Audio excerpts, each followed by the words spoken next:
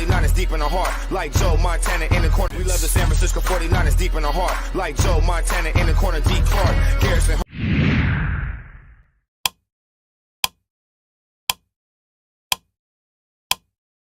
But you never know that you could. And when you feel that way, ain't it good, good, dancing in the red and gold. Dancing in the red and gold. What's up, Faithful? Welcome to another episode of the 49er Faithful UK Live. I'm Paul Hope. And I'm Nick Ludlam. The first week of free agency is in the books. Our 49ers have welcomed back some familiar faces, as well as adding some new ones, Nick. And on today's show, everyone, we're going to give you our thoughts on free agency so far, what we feel the 49ers still need to do in both free agency and the draft. And obviously, the chat will be on fire. We want no comments. We want your thoughts. And we will also be doing our weekly Would You Rather. And I already know Nick's going to be evil to me, everybody, so you won't want to miss this one. But before we get into all that, and much, much more, I'm sure, how are you doing tonight, buddy? Yeah, not been too bad. It's been a nice quiet day. I've been planting vegetables. Yeah, I've been giving it my old Farmer Giles impression out on the balcony, planting some carrots. I've got to wait till next month, apparently, for my potatoes. They can't go in yet, but yeah, it's been all right, actually. Nice way to spend a rainy Welsh afternoon. How about you? Yeah, so being busy at work and been trying to catch up on all the shows. I started with Nitty Gritty Niners last night, but fell asleep because it was on far too late. So that was today's lunch break. But before we move on, the chat is already on fire. It's flying. So David is responding to an earlier comment, so unless the comment has disappeared, nope. So joined by a familiar face from a good friend on Twitter who is a Rams fan. But Nick, we welcome all teams to come and watch the 49er Faithful UK live. So David responded, yeah, come and watch a real content creator talk about a real team. Yeah, so as David, real team. So James has put there, evening all. Thanks for joining us, James. Good to see you, Luke. See you, mate. It's a bit past one where you are. First live from the US. Always good to see our brothers and sisters from across the pond. Mr. Simpson is in the house. He's always in there. Mr. Sinclair is in the house as well. So I'm not going to share the next comment just yet, because someone is already trying to steal our thunder, Nick. He's in. He knows. So I'll put it up on the screen there, but you don't have to answer it just yet. But it's been a week, Nick, a week since me and you talked. So if you think back to this time last week, the news that we'd signed Javon Hargrave had just kind of broke. I don't think any of us were expecting that big splash in free agency. So you've had a week to digest your thoughts. How are you feeling about our big move? Yeah, it's awesome. I mean, it's going to shore up the centre of that line. I don't think anyone's really been sold on Kinlaw yet. He's had his moments. He's struggled to stay on the field. It's that old adage, isn't it? The best ability is availability, and unfortunately, it's just not been there a lot of the time. And when he has been, he hasn't been as solid as the man he replaced. I think it was a bit harsh just to expect him to be the next Defoe, but it certainly allowed Arik to shine.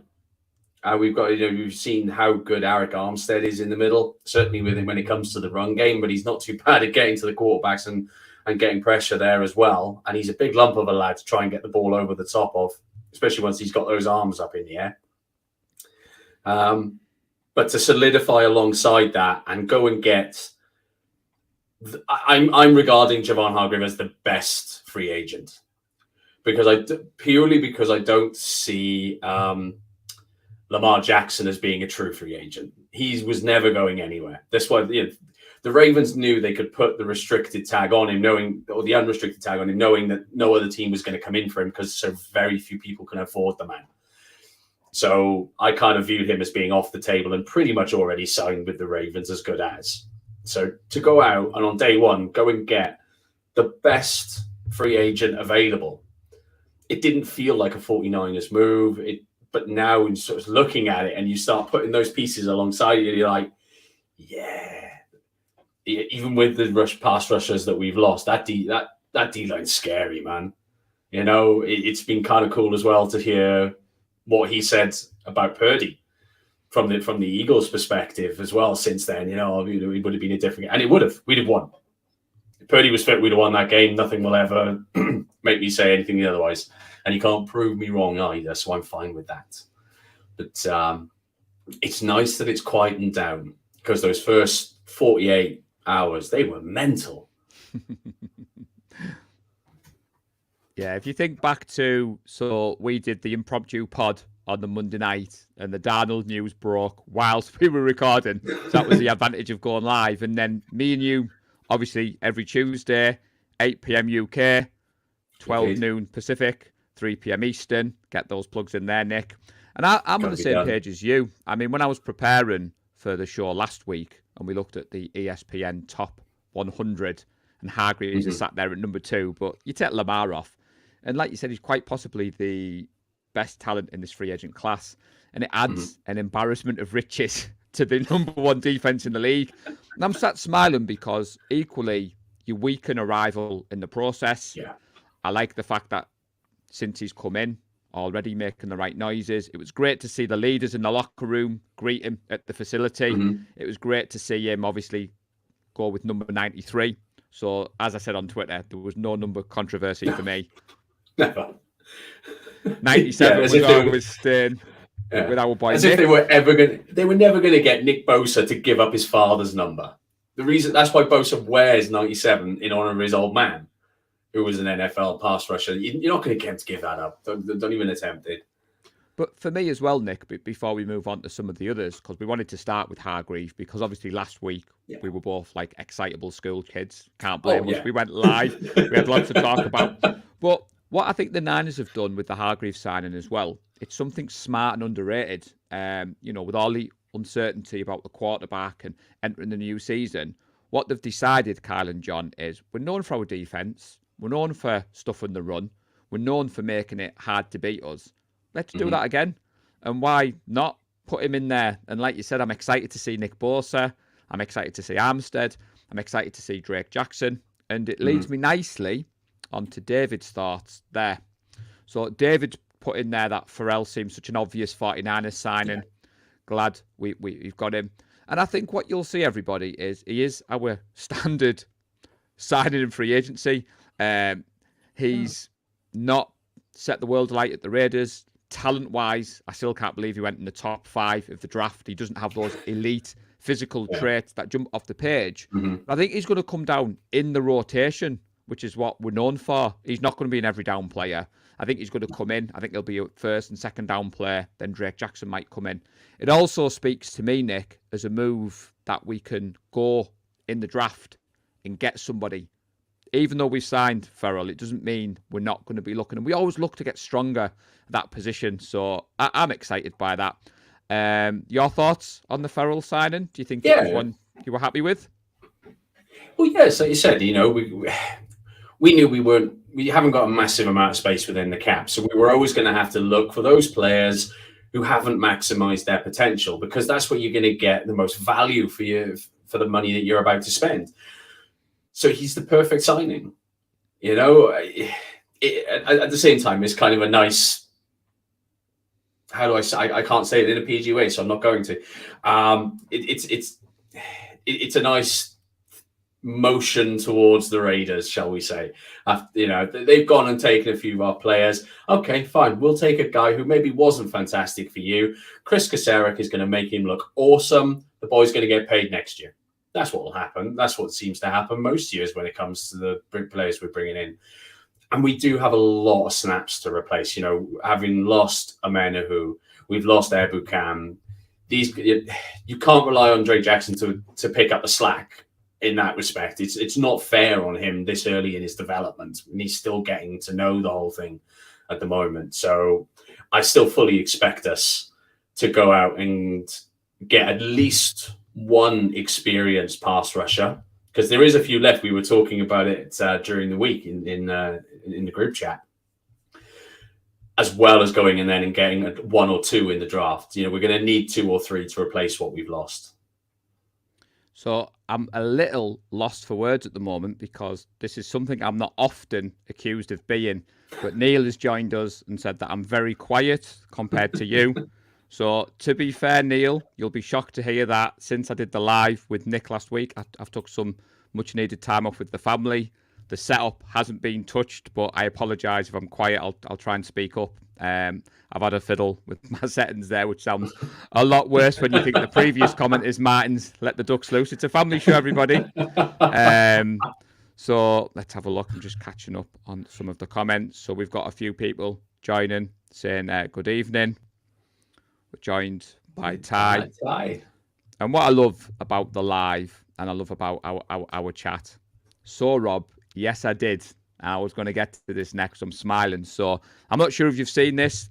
Jason Kelsey's been on a podcast, Nick, and he was talking about the signing of Hargreave for the 49ers. I don't want to spoil it for people. If you go and Google it and have a look. But Jason Kelsey's talking about what a great player he is, what a smart move it is by the 49ers. And basically, it adds more embarrassment of riches, like I've said, to an already strong defense.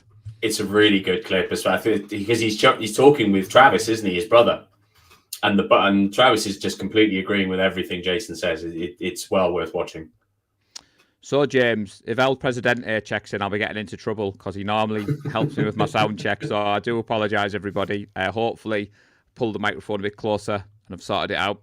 So we've got a lot to get through tonight, but we've started well. So, again, some people are hyped for the Ferrell signing. 4 to 5 sacks this year. He's an Arden Key type of player. And I think we've started, so we'll continue. So we've obviously gone down Hargreave and Ferrell. So there's a few other names that have been mixed in there on the defence, Nick. So we've signed Isaiah Oliver. We've also signed Miles Hartsfield, I believe. Hartsfield, yeah. So what are your thoughts on both of those fine young gentlemen joining the red and gold of the 49ers? Well, Hartsfield's come in. He's going to be back up to the two starters at safety. I suppose at the moment it's difficult because when you're not re-signing your backups, you don't have anyone they don't know the system that's been in place. Okay, so if you haven't got a guy who knows the system, go and get a guy who's familiar with your new defensive coordinator. And that's what they did there. That made a lot of sense, to go out and get a guy who knew Wilkes. Okay, so you can't buy experience in the system, but you can go out and buy experience with the incoming coach. You can get a few players that he's used to. So that's going to be handy. He's probably going to play a fair amount on special teams as well. I think you're going to see a lot of the new signings going to see significant time with special teams. Isaiah Oliver, I really like that one. And if anyone remembers correct, because I think he picked us off when the Falcons beat us early doors, and the entire league had written this team off as nobodies and not going to do anything. He picked us off in that game. I really like that. He could be more than just your standard backup. I was talking to a Falcons friend over here about him, and he didn't rate him at all. Not in any way, shape, or form. It was a bit harsh. I mean, 2 years ago, he had a phenomenal season. I mean, he was on the verge of being of the Pro Bowl, by all accounts, a couple of years back. So I'm really happy with what we've added. You can't. Not every signing can be this blockbuster signing. You need players that are going to fill your 53. You don't win the Super Bowl with your starting 22. You win it with 53 and the players that you acquire throughout the season. So, yeah, I'm really happy with both of those additions. Yeah, I was smiling. It's like you've read my mind. So you're correct in what you're saying there. I think as fans, the free agency starts, and like last week we said, it's a bit like Christmas Eve for NFL fans. The season ends, you've kind of got this weird downtime or off season, which I don't know the meaning of that word, and then you get all hyped up for free agency, and then boom, all these signings get announced, and you start thinking of all the star players. And I think as 49ers fans, we were spoilt because we took the best talent. We took Hargreaves straight off. But Niners do that every year. We did it with Mooney Ward last year. We identify someone in free agency, we go lock them down. And then, like you said, we've got 90 spaces to fill. So you go get these pieces, and you look at some of the players we've lost. So obviously we've lost Jimmy Ward, we've lost Mosley. So they've gone out and they've picked Oliver. You are correct. With Oliver, the first thing I thought about was back in Leeds, the meet-up, and picking Jimmy G off. And then I went and watched some of the game tape. I went and watched some of the content creators. And like people are saying in the chat there, one thing that jumps off the game tape is Oliver's got great length. I think he's going to be brought in to compete, like you've said, which is not a bad thing.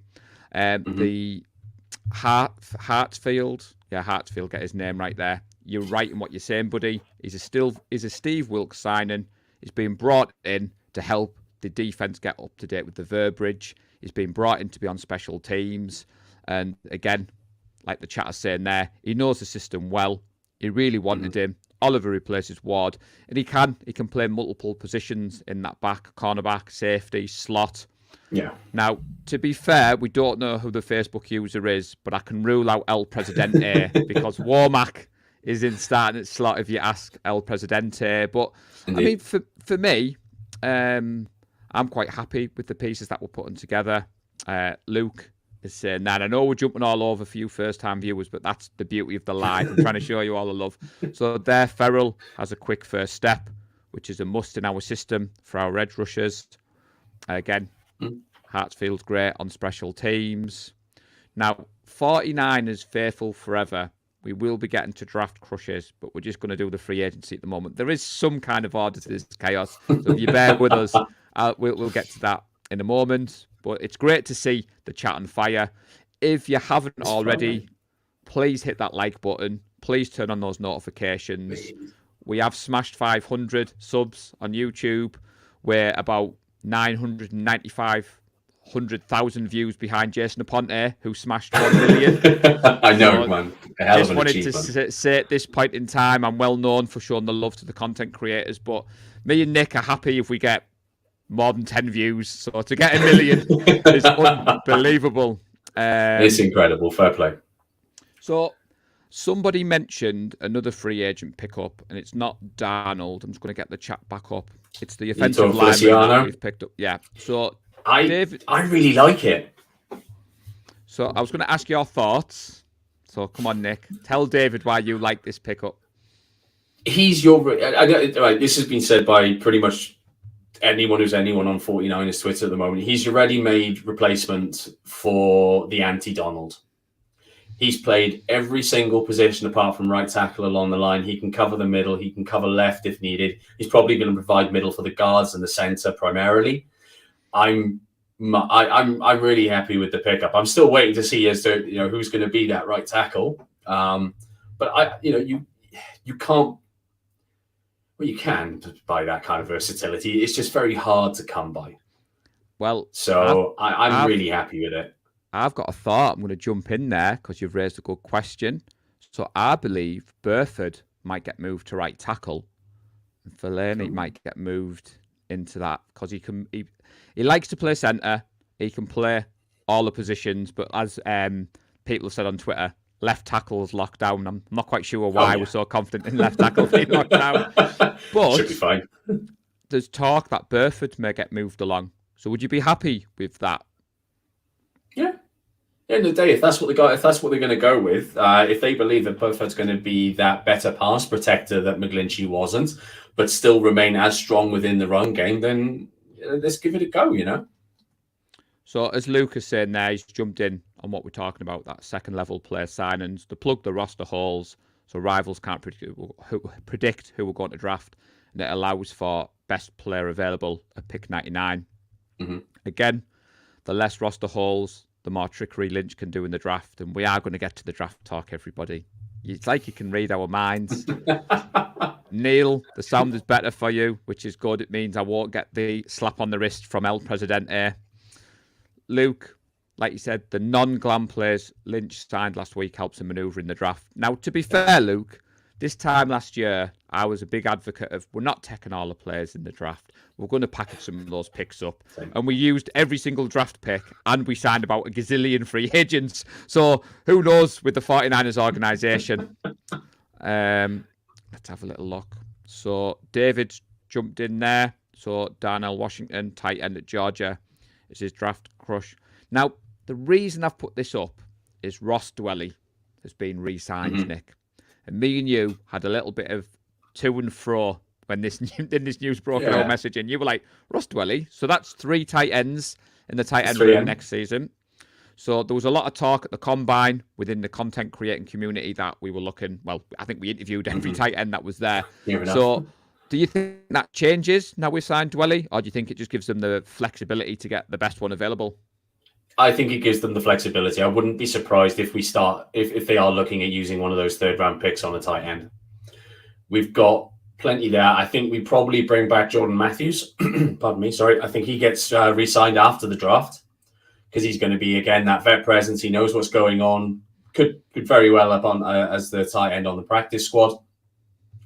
And I think we still go after someone in the draft because we're pretty much set. We're taking 3 QBs. I don't think at any point anyone really thinks we're only going to take 2 into the season. We're going to take the 3, depending on maybe unless the Purdy's on the pup list potentially. And I was just wondering, maybe is the tight end group going to be the -1 to allow for that 3rd quarterback once all 3 of them are available? Is that where we decide, okay, we can make a cut here? Someone ends up on practice squad. Someone else gets released, and then you've only got the 4 on rather than the 5 that we had last year. But it's those 1,000,001 connotations, isn't it? It's like planning your next chess move. It is a huge amount of fun. But that's the beauty of following this team. I mean, we're lucky with the 49ers. My good lady always says to me, another pod. What on earth can you talk about? And I'm like, Tracy, we've just signed Ross Dwelly to a contract. We've got 3 tight ends. And if you go back and look at Kyle Shanahan, when he was at the Falcons, he tended to play with a 3 tight end set. Now, before everybody clips this and we go viral, I'm not saying that's where we're going next year with the 3-headed monster of Kittle, Dwelly and Warner. But I do think Lynch and Shanahan are well known for thinking ahead in the draft, Nick.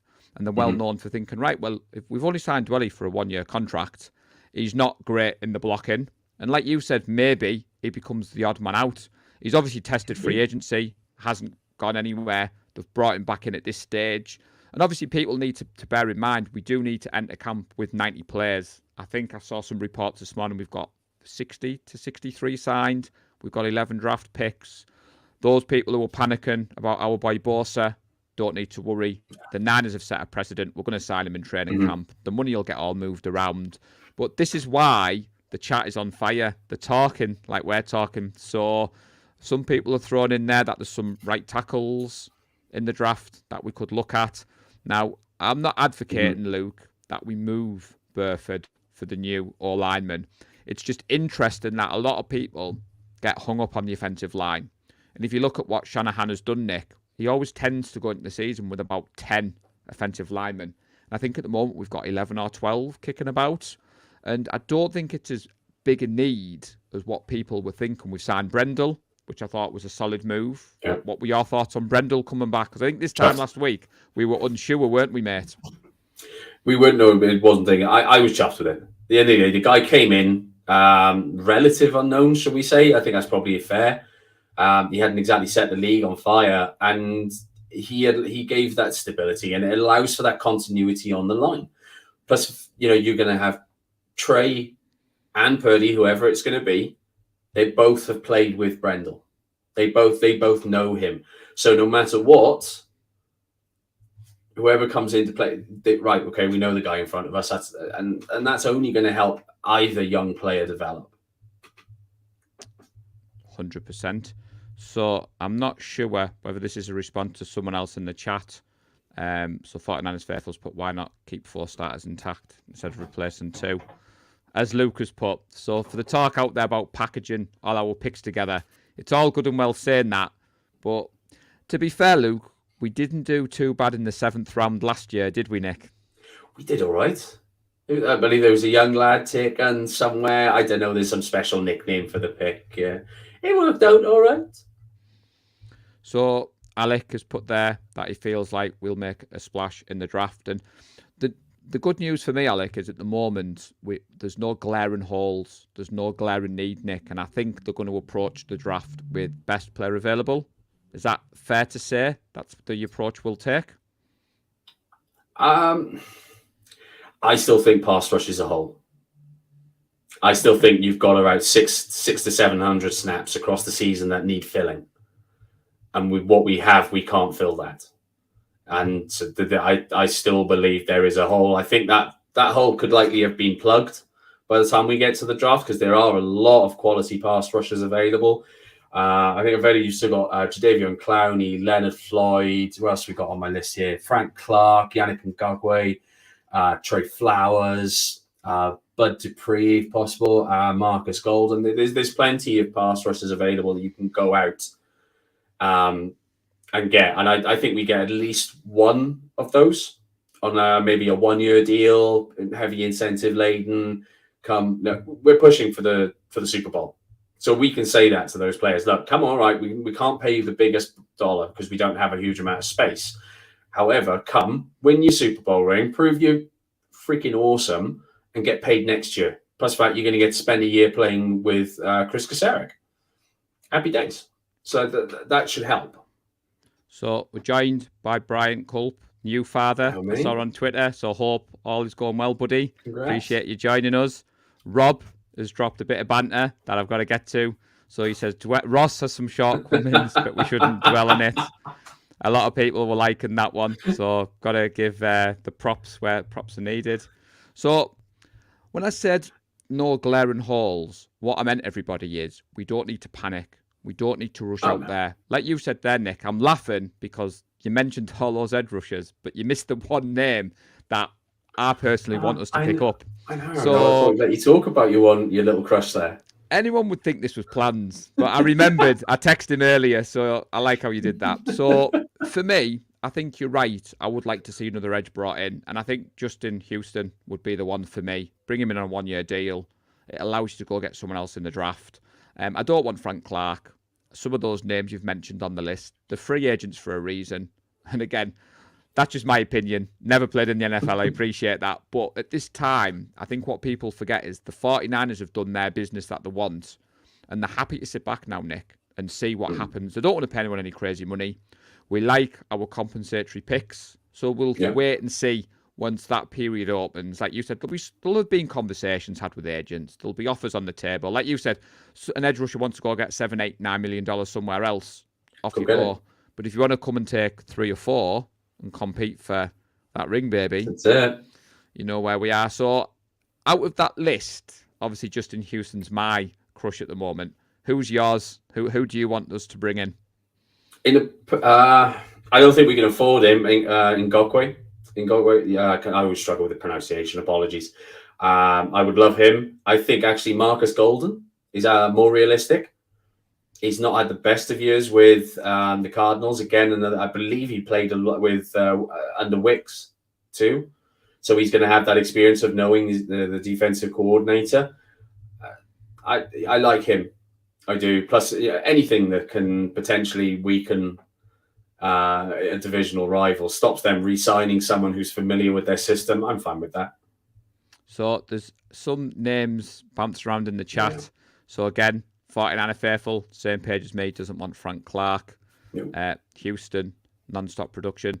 I do think Yannick would be costly, and I think at the moment that's why certain players on the list haven't signed a contract. I think we're talking about Houston, 9 sacks last year. And I think, like you said, I trust what the team are going to do. Let's have a little look. Sorry. So Bride's just put in there that little one's home. Super happy. So great to hear you. It's always good to welcome new members of the faithful. Absolutely. So, let's have a little look before we move on, Nick. So Neil Graham has thrown a question in there that when Kittle gets injured, we get virtually no productivity from the tight end position. And he agrees with you that we should use one of those third rounds on a more athletic tight end. So 49ers Simon has raised a good point. I said Neil raised another good point. A double tight end set would be fun. So Neil, put your draft crush in the comments, and I'm going to put Nick on the spot. So who are you taking in the third round at tight end? I have no idea yet. None at all. None at all. I say all of these things are pure hypotheticals. I mean, Craig, I think, 3-4 weeks ago, I was like, yeah, it'll be a right tackle. Week later, no, it'll be an edge rush. No, it'll be a defensive tackle. Oh, it changes every week. There's a gentleman whose name I won't attempt without sounding like I'm swearing, but I think he's going to be gone before the third round. There's some really, really, really good players in that draft. The tight end group is looking fairly solid. We're just going to have to wait and see, I think. But I wouldn't be surprised if we did use one. I mean, for those people who may not have tuned in last week, me and Nick, I thought you were going to set you up, Nick. You should have watched last week's show back. So there's the tight end from the same college as Kittle. So that's the obvious one. Us 49ers, this time last year, we were all crushing on Christian Watson because of that connection with Trey Lance. Yeah. As soon as we hear tight end, same college as Kittle, sold, done. Get him in there. So to be honest, I put Nick on the spot. So we've got a comment there saying that very impressed with our knowledge of the game and the Niners, born and raised in San Francisco. So I'm guessing you're fairly new to the channel. So I only watch NFL. The 49ers are my team. Nick is the main man. He's the face of the 49er Faithful UK flag community. And what we do is we chat every week. We go live on YouTube. The comments keep us honest and right. So like 49er Faithful has put there, tight end in the third is not a Kyle kind of thing. Mm. Mike Davis, what's up UK fam? Joining late, just stopped driving. Appreciate you joining us, Mike. So someone else has put there, tight end from Stanford. Yeah. Now, I did think this person wasn't Lee Gowland, but Lee Gowland's a big Stanford fan, so I'm has he got a burner account there? Yeah, I mean, I can't help but love the boys from Stanford. You got Michael Wilson, wide receiver, looking really good. And my big draft crush is Tanner McKee. I think he's a phenomenal quarterback. I think he's doing incredibly well. He's never going to be a Niner.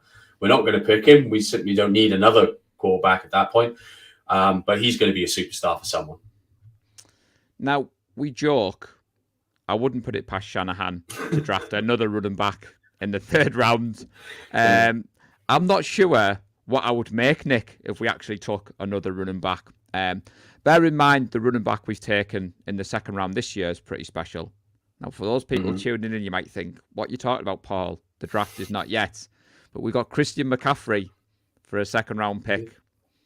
So for me, I'm quite happy that we're not picking in the second round. And Neil has agreed that that's definitely a shiny move. Now, you guarantee if we take a running back in the third, we probably take a running back in the fifth, sixth, or seventh, and that later round draft pick probably beats out the third rounder. So if we do draft someone in the third, I'm going to bank on them being cut by this time next year. Yeah, possibly. So I was going to say, half an hour in, we've bounced about free agency. There's one name that we haven't said, but before, Ty has just jumped the gun. So Ty has put there that everyone knows we're trading up to the second round to draft a kicker. David, you might want to look at Ty's comment because David put, we need a kicker. But hold your horses, people. What I was going to say is the one name that we haven't mentioned, and we're a 49ers show, and it would be a miss if we didn't talk quarterback. So, Nick, Sam Darnold, the news broke when we were live on the impromptu pod. Najee Karar couldn't believe it. I thought someone was playing a prank on us, but the dust has settled. Darnold is in the house. Kyle Shanahan's well known of being a fan of our new number 14. What's your thoughts? QB1, QB2, QB3, or QB don't care? Come on, Nick, hit me up. It is more that QB don't care, isn't it? Let's be honest. He's hopefully he'll never see the field. I don't want him seeing ghosts at Levi's. he'll be QB2 for week 1, week 2, maybe as long as week 3. At that point, he is just going to be that that dressed QB3 if they make the change to the rules. I doubt he sees the field, to be honest. I very much doubt he gets anywhere near the field. Unless, of course, somehow he sees the field in week 8, the last game of the season, week 18. That's about it. So the reason I mention this, everybody, and as Ty jokes there, we're 49er fans. Now, it's well known, everybody, that I have a number of friends that are not 49ers fans. And they've been really quiet up until today. And the Trey Lance hate had started. A few tweets had resurfaced from last year, because this time last year, all 49er fans were high on the Trey hype train. It was obvious Trey was going to be QB1. I think some of those people who were non-49ers fans enjoy the controversy more than us. I mean, Trey started. He only came out because he got injured. But there's a lot of people out there saying, I've seen the tweets, Darnold, QB1. Now, to be fair, I'm on the same page as David, and I'm on the same page as 49ers Faithful Forever.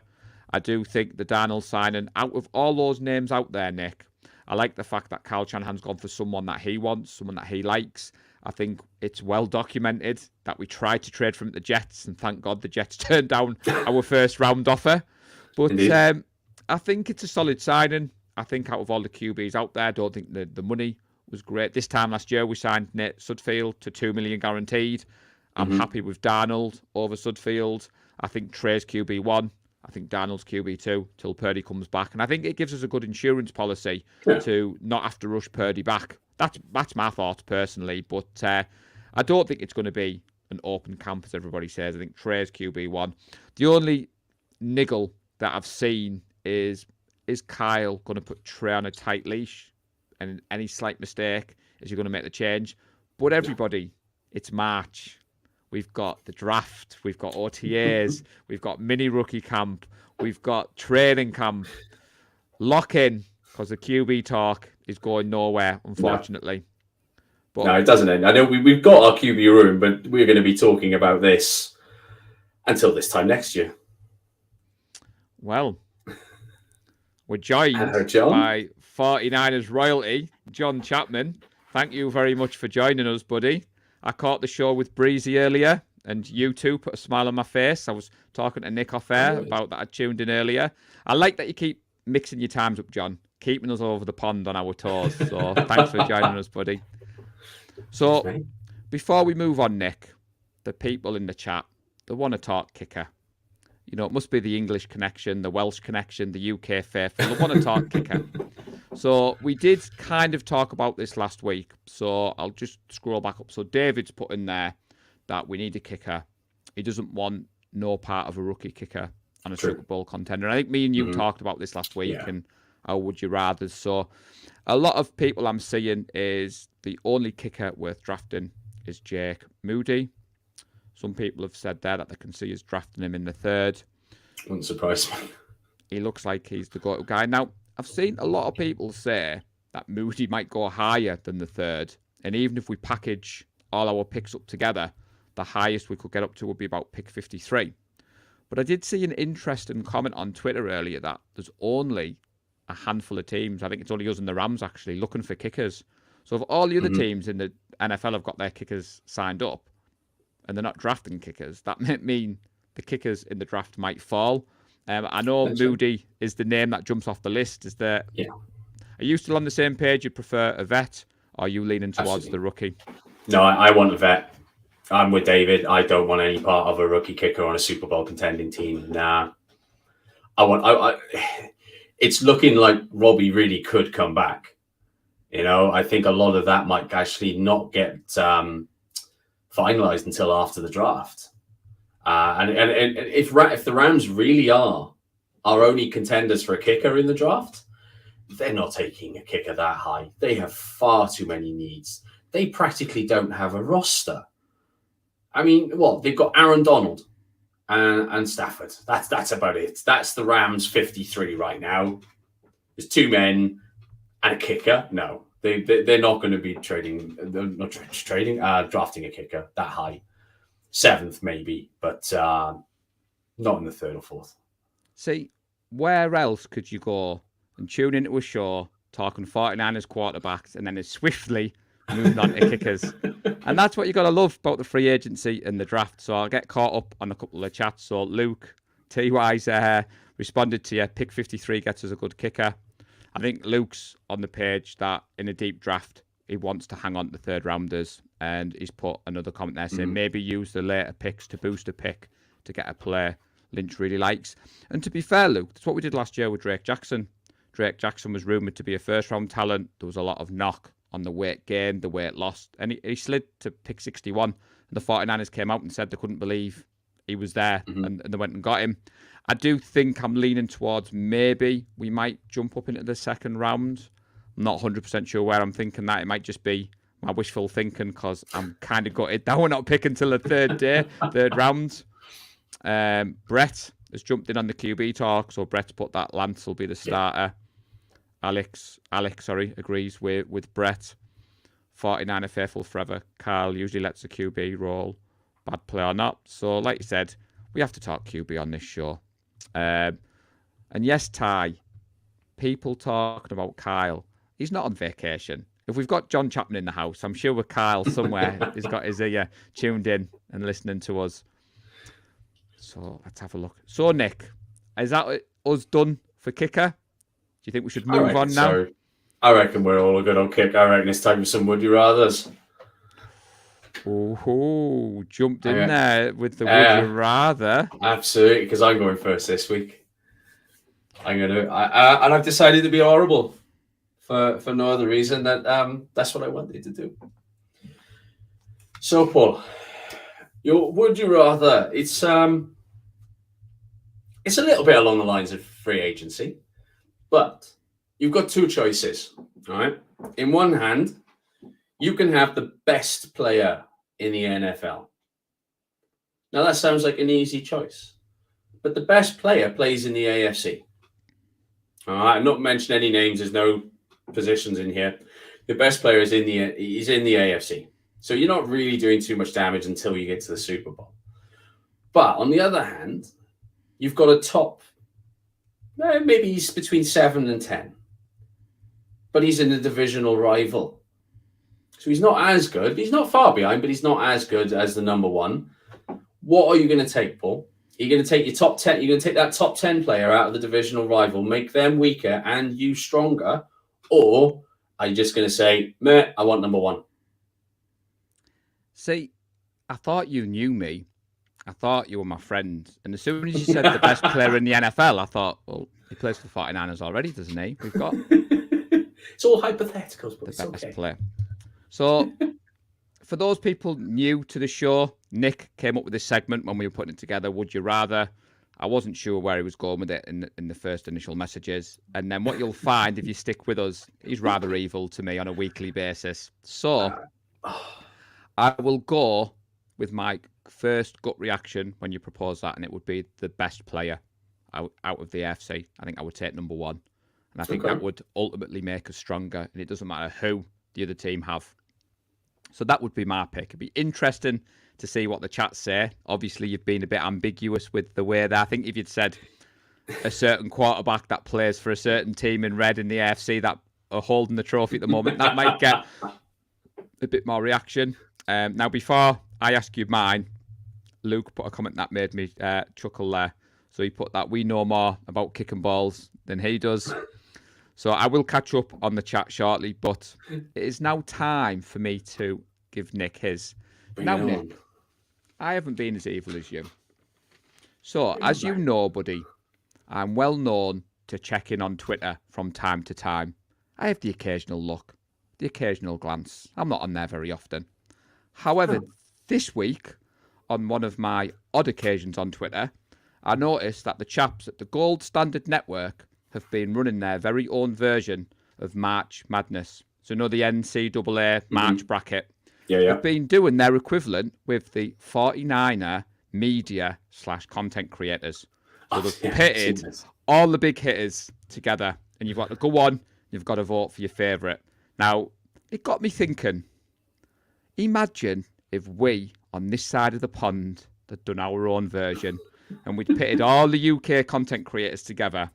Now, obviously, as the main man of the 49er Faithful UK, you have made the final. Nick Ludlam is in the final. Right, okay. Now, my question is, who would you rather face out of the awesome foursome? El Presidente, Najee Carragher, Gareth Ellis, or little old me, Mr. Hope? And do you fancy your chances to win over whoever you're picking? That's far more evil than what I did to you. That's far worse, because I don't want to take on Gareth, as a fellow Welsh wizard. After what the French rugby team did to the Welsh rugby, I don't want to take on Najee either, plus the fact the boy plays. I don't want to take on El Presidente, because he's El Presidente. And I don't want to take on you, because you've got legions of followers compared to me. That's far worse. That's horrible. Can I take a mulligan? No, I suppose I can't. I don't know. I honestly don't know who I'd want to take on. I'm going to go... It's nice to see the tables have turned. So for those just tuning in, Nick has been rather stumped by my Would You Rather this week. So come on, the clock is ticking. The people tuning in want to know, you're in the final. Who are you going up against? And why do you fancy your chances to win?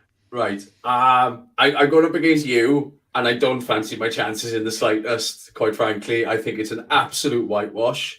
I think it's basically Joe Montana's Niners taking on the 0-16 Browns at that point, to be frank with you. It's a loss. But I think you'll probably be a bit more magnanimous about winning. I saw the chaps do it, and to be honest, there've been some beauty matchups, and I've been hard with a couple one. So I couldn't believe they made Larry Kruger go through a what's it called? They made him go through a wild card. Yeah. Really? That's a bit harsh. I've had that ready since I saw the first matchup, and I thought, it serves you right, because you always catch me out. So, that's fair. Like we said last week, guys, we would love to see some of the others Would You Rathers. I know, Alec, you put a couple in, which we've saved for a later date, so don't put them in the chat. But it is an interesting segment of the show. And for once, I've seen Nick lost for words. And apparently, mine was far worse than yours. Of course it was. It was evil. It's like, dear God, it's like asking someone who, you've got 3 kids. Who's your favourite child? So Luke has put that he would want to do an all Welshman 49ers media bracket. And there's a guy that goes on Grant Cohen's YouTube is the favourite. Now, I'm wondering if that's Notorious Gav. I would say that's the Notorious GAV. Who was doing the wanting to make Juice a captain. I haven't seen any tweets for a while. So I'm trying to catch up on the chat, Nick, but we may have lost them. Now, No Border Sports, Ryan has put there 21 watching, only 12 likes. So we need you to hit that like button, everybody. We do need you to hit that like button. But all jokes aside, before we get to another topic, I do just want to say a huge shout out to everybody who's joined us so far, who's in the chat. We do love coming live on a Tuesday, 8 p.m. UK, 3 p.m. Pacific, 12 noon Eastern. And we just wanted to bring something different, a different vibe to the 49er Faithful UK community. We love the chat. You do entertain us. And like I said, do hit us up with the Would You Rathers, because as you've seen, I've shown Nick my evil side, and I would love to continue that. So I have a feeling that this Would You Rather segment's going to we're going to have to keep up doing each other. It's going to escalate, that is. I think that's really horrible, considering this is like my treat. It was my birthday last week, and I'm having my treatment for MS at the end of it. I hope you're proud of what you did yourself there, Paul. I think that's terrible. I said you got to the final and you're going to win. You got to buy straight to the final. I think what you're missing out is if I had to get to the final, I had to beat everybody else. And I'm at an unfair advantage because I don't use Twitter very often. So I wouldn't be able to generate the support. Never at all. Never seen you on there, mate. So, before we move on from the Would You Rather, so Mike has put, would you rather win a Super Cool at Levi's or see the Niners lose a Super Bowl at Wembley? So I think you should win a Super Bowl at Levi's or lose. I don't think we need to answer that one, Mike. Yeah. Sorry, mate. I don't want to see us lose a Super Bowl anywhere. I'll take the win. Yeah, we'll take the win as well. To be honest, I would love to see the Niners at Levi's. It's on my bucket list. I haven't made it out there yet. David, we do appreciate you tuning in. We hope we've entertained. Joined by Mariah in the chat. Hi. So, Nick, have you got anything else on your notes for these good people? We're approaching 50 minutes. You were worried we wouldn't even get half an hour before we went live. I'm always worried. I don't know. I'm a bit of a nervous Nelly. What can I say? No, I think once again, guys, I just want to say thank you to everyone. Thank you for helping us smash past that 500 subs barrier onto 1K next. So please, guys, if you could hit the follow, hit the subscribe, hit those likes buttons. Please, it helps us no end in growing the show over here and growing the group here in the UK. We absolutely love the interaction with you guys through the week. And as always, chat is on fire. Absolutely love it. Guys, you're amazing. You really are. You make this show worthwhile doing. You give us something to look forward to. Honestly, tomorrow, me and Paul will start talking and you give us stuff to get through our weeks, to get through this so-called off season. So again, thank you all very, very much. And we will be back, of course, next Tuesday, 8 p.m. As always, you will not find us anywhere else. And as always, go Niners. And I have the video loaded, ready, primed. You missed out 3 p.m. Eastern, 12 noon Pacific. Come on, Nick, we're international now. But yeah, thanks for joining everybody. And until next time, go Niners. Go Niners. We love the San Francisco 49ers deep in the heart. Like Joe Montana in the corner, Deep Clark. Garrison Hurt, stiff